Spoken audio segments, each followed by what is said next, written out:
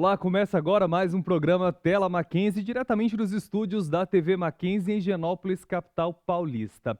Como despertar o interesse dos alunos do ensino básico pela literatura?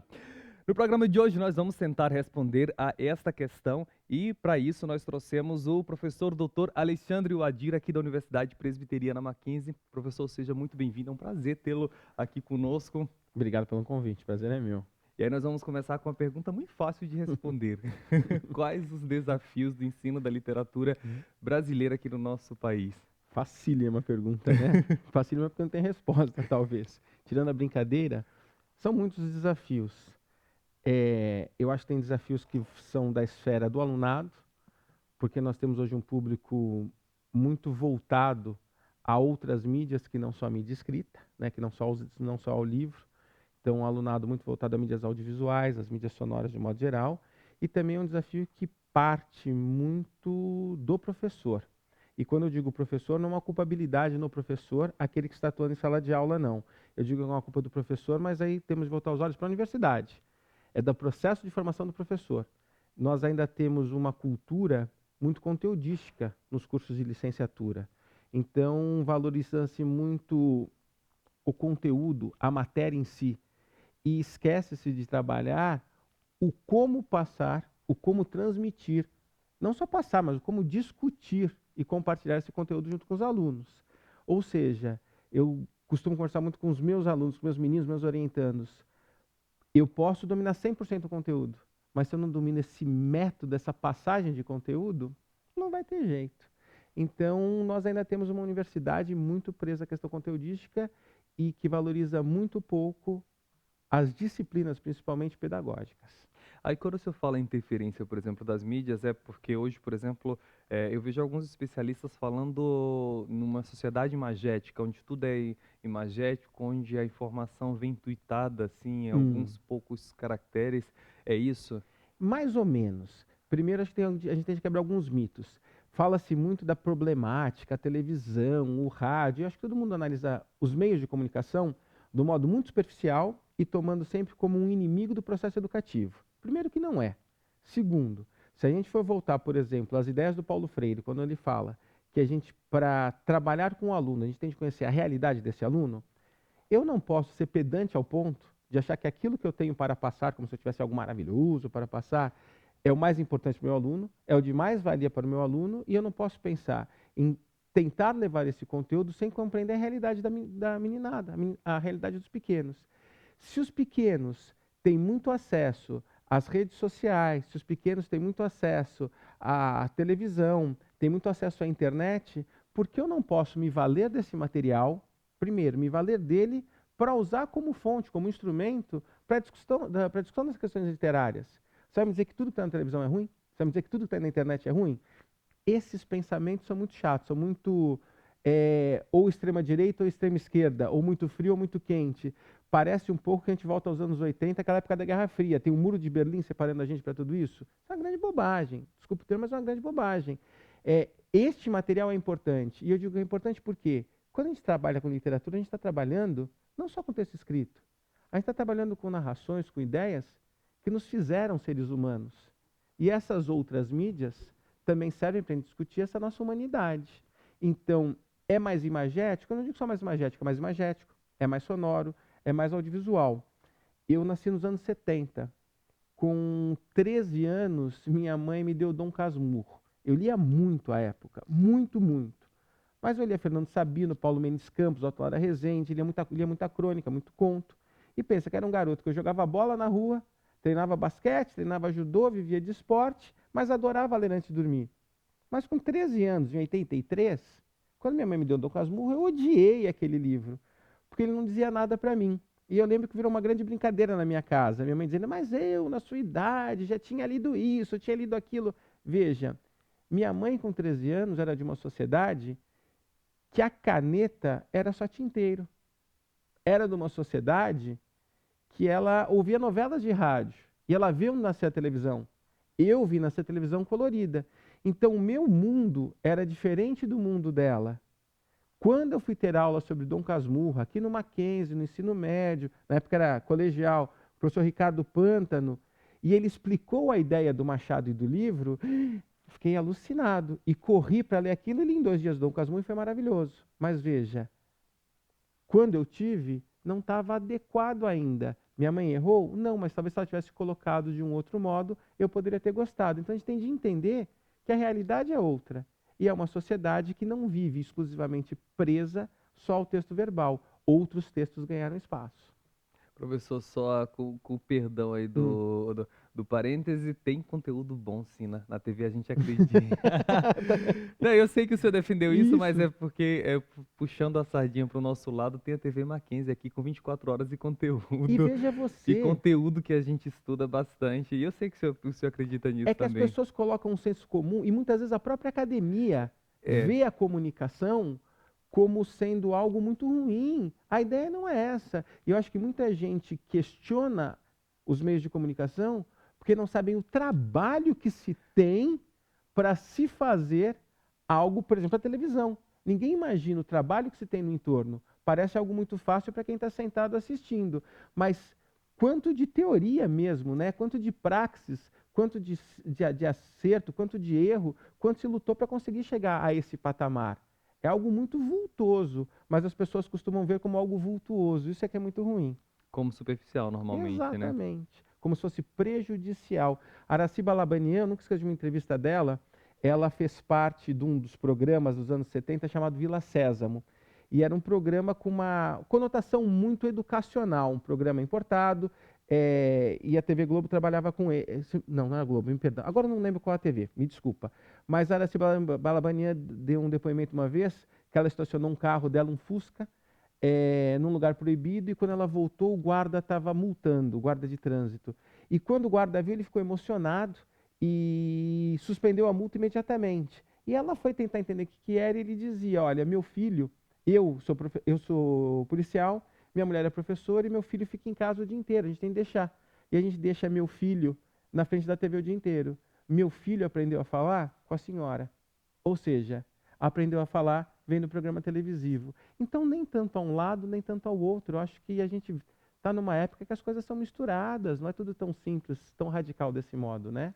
Professor, nós vamos continuar nossa conversa daqui a pouco e eu vou perguntar o que o senhor sugere, por exemplo, para que os professores possam melhorar do ponto de vista da percepção do senhor. Claro que existem tantas outras possibilidades, mas daqui a pouquinho, logo depois do intervalo, fique aí que a gente volta já já.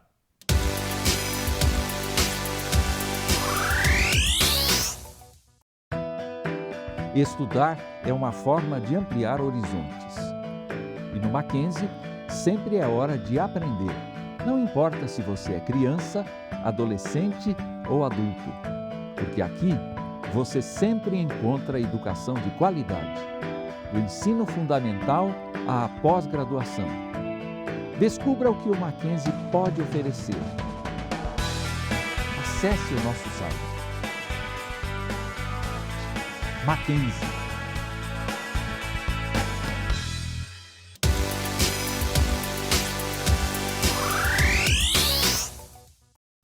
E nós estamos de volta ao Tela Mackenzie hoje falando sobre os desafios do ensino da literatura brasileira no ensino aqui no Brasil.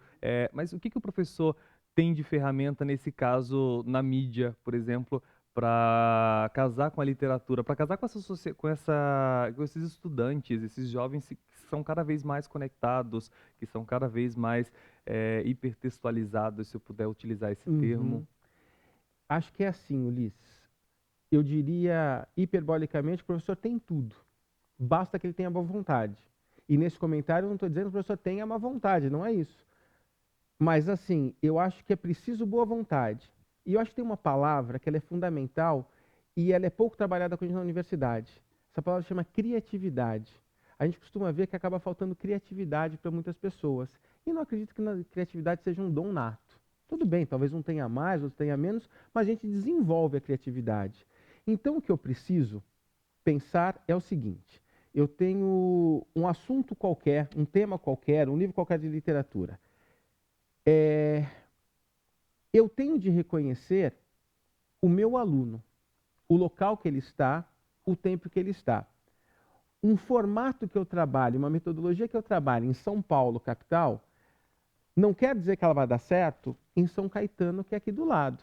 Muito menos que ela vai dar certo no interior de Minas. Pode ser que dê. E isso é a grande beleza. Não tem formato. Isso é muito gostoso. Esse é um desafio sem igual.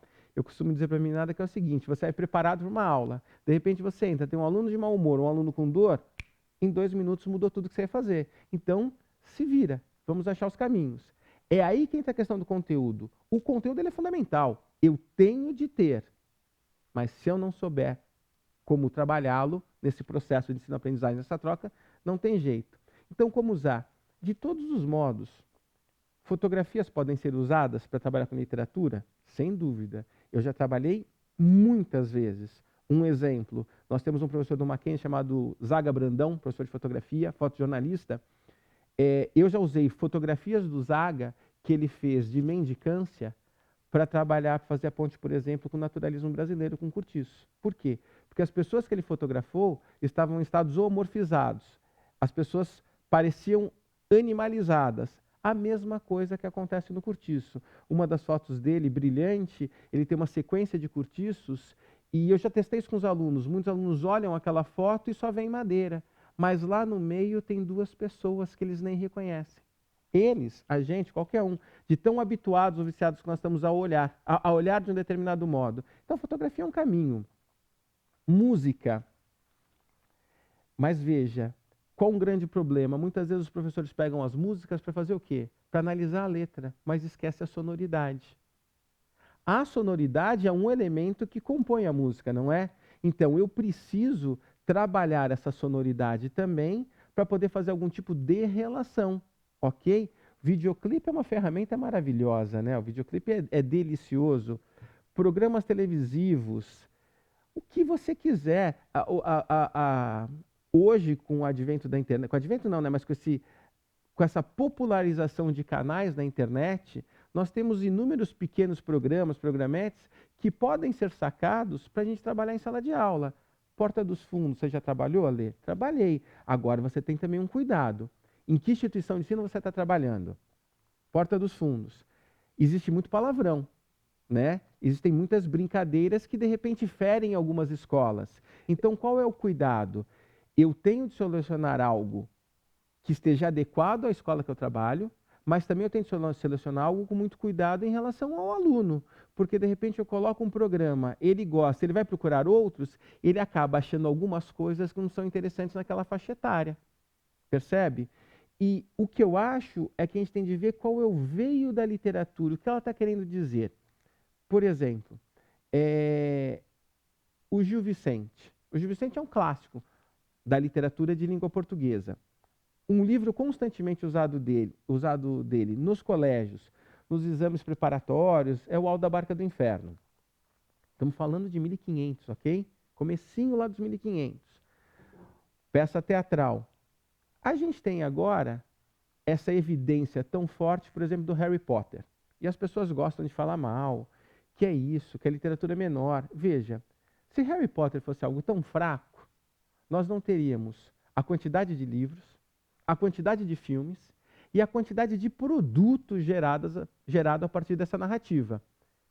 Não só produtos, mas parques e brinquedos também.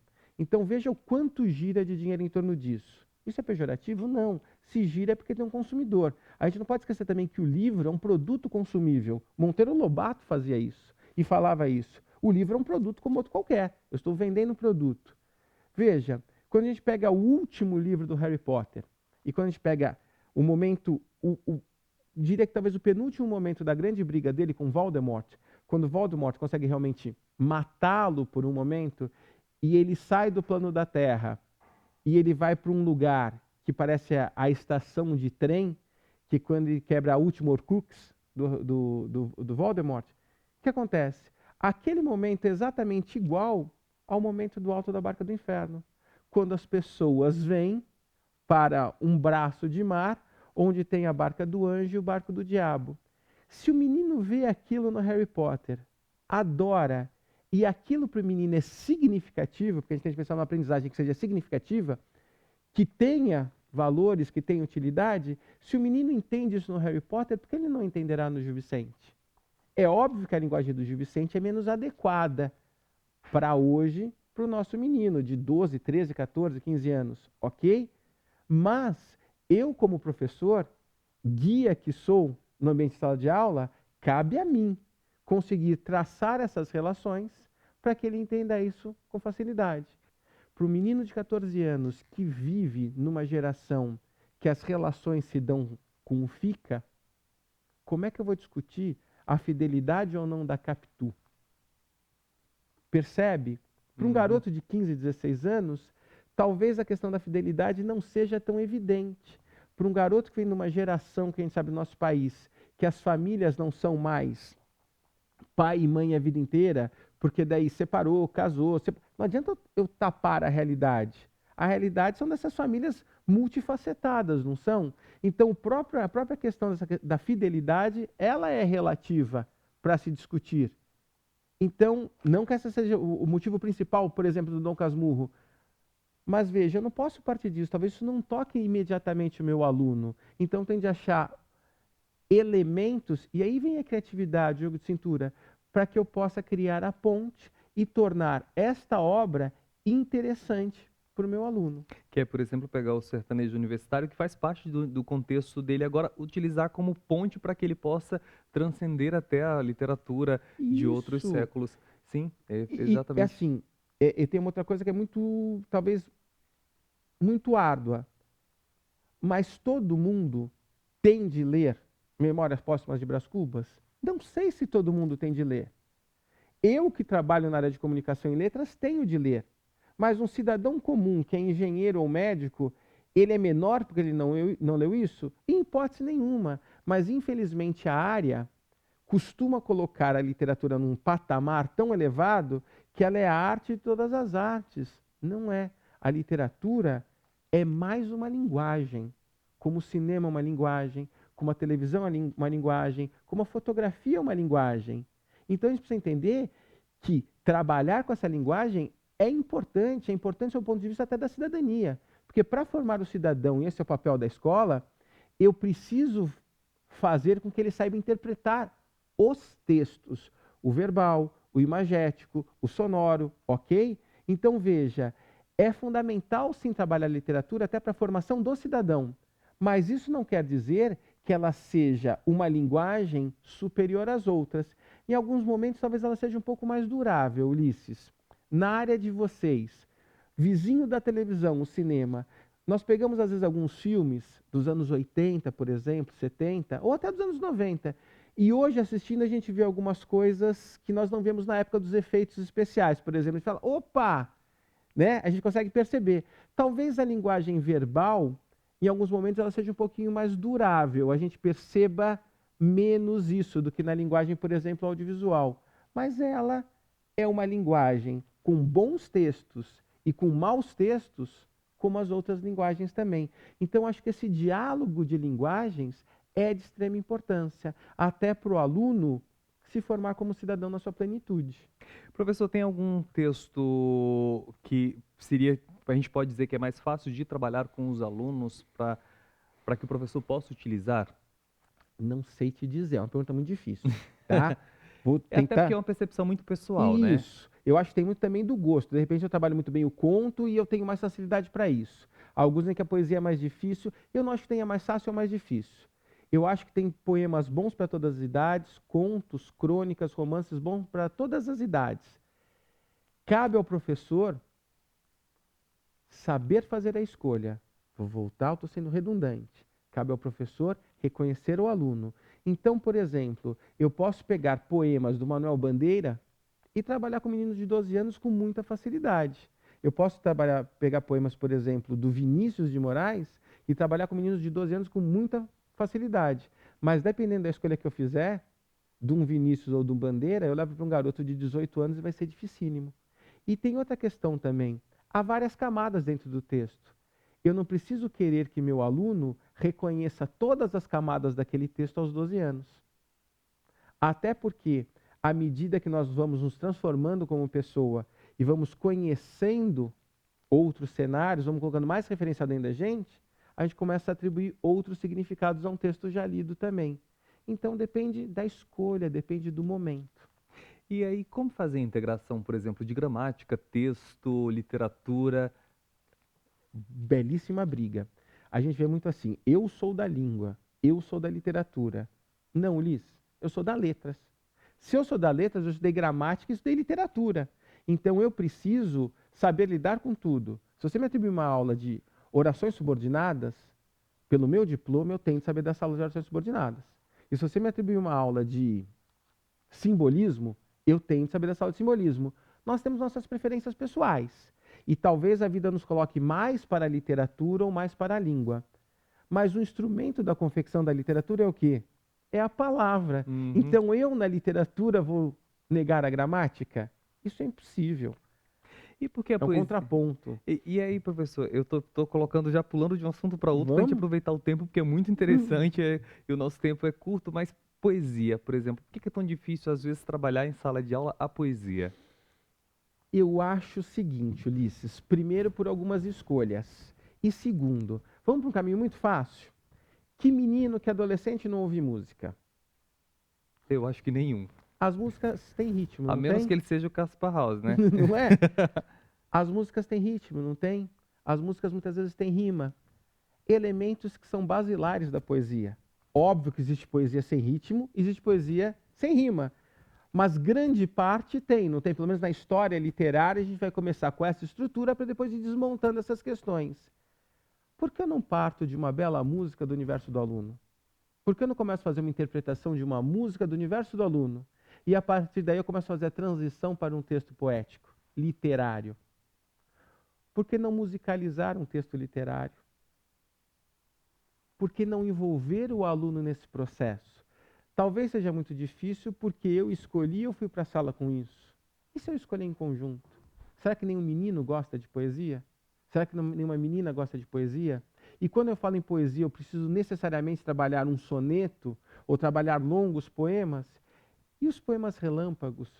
Não discuto com destino, que pintar eu assino. Sabe? São pequenas coisas que eu vou motivando os alunos, né? Uns passarão, eu passarinho. Percebe? Oswald, amor, humor. Eu posso começar por pequenas pílulas, pensando em TV. Eu começo com programetes para fazer depois talvez um longa-metragem, tudo bem? Eu iria para o cinema. Mas a questão de a gente saber escolher, identificar no meu aluno qual o tema que eles gostam. Aquele menino gosta de amor, tem poesia de amor. Aquele menino gosta de esporte, tem poesia de esporte. Aquele menino é mais down, tem poema que é mais down. Eu tenho de buscar o material que comova o meu aluno. Quando eu digo comover, não é comover no sentido, mas é comover, é provocar algo. Se eu consigo dar aquela arrepiadinha do pelo, isso é gostoso. E veja, a poesia e a literatura, ela fala do ser humano. A professora Marlise, que é professora aqui da casa, foi minha professora há muitos anos, em outra instituição, foi minha orientadora de doutorado, ela sempre fala que a literatura não tem compromisso com a realidade, mas que a literatura fala do homem muito melhor, às vezes, do que qualquer outra ciência que tente Marlise, explicá-lo. profissional sensacional, foi minha professora também. Um grande beijo para a professora Marlise aí. Marlise Vasbride. Você percebe? Essa pegada dela é muito legal. Se a literatura fala do homem, como é que eu posso não gostar de literatura? Um grande crime, a obrigatoriedade da leitura dos livros. E não só a obrigatoriedade, mas o modo como eles são cobrados. Então você tem um livro para ser lido e uma prova com 5 ou 10 respostas. Você está castrando o aluno em todas as condições. Sem contar, é que eu tenho uma opinião sobre o livro, mas se a tua leitura for diferente, você me justificar, Ulisses, por que eu não tenho de aceitar? O mundo é feito com a mesma visão por todos? Não. Aí a coisa pega. Professor, nosso tempo está se acabando. Eu queria que o senhor fizesse as considerações, se eu pudesse responder rapidinho. Dar uma sugestão para os professores de literatura. E eu queria até fazer uma provocação. O senhor, já que a gente está falando de linguagem, as linguagens mudam e às vezes a gente é pego de surpresa. O senhor sabe o que é crush? Crush.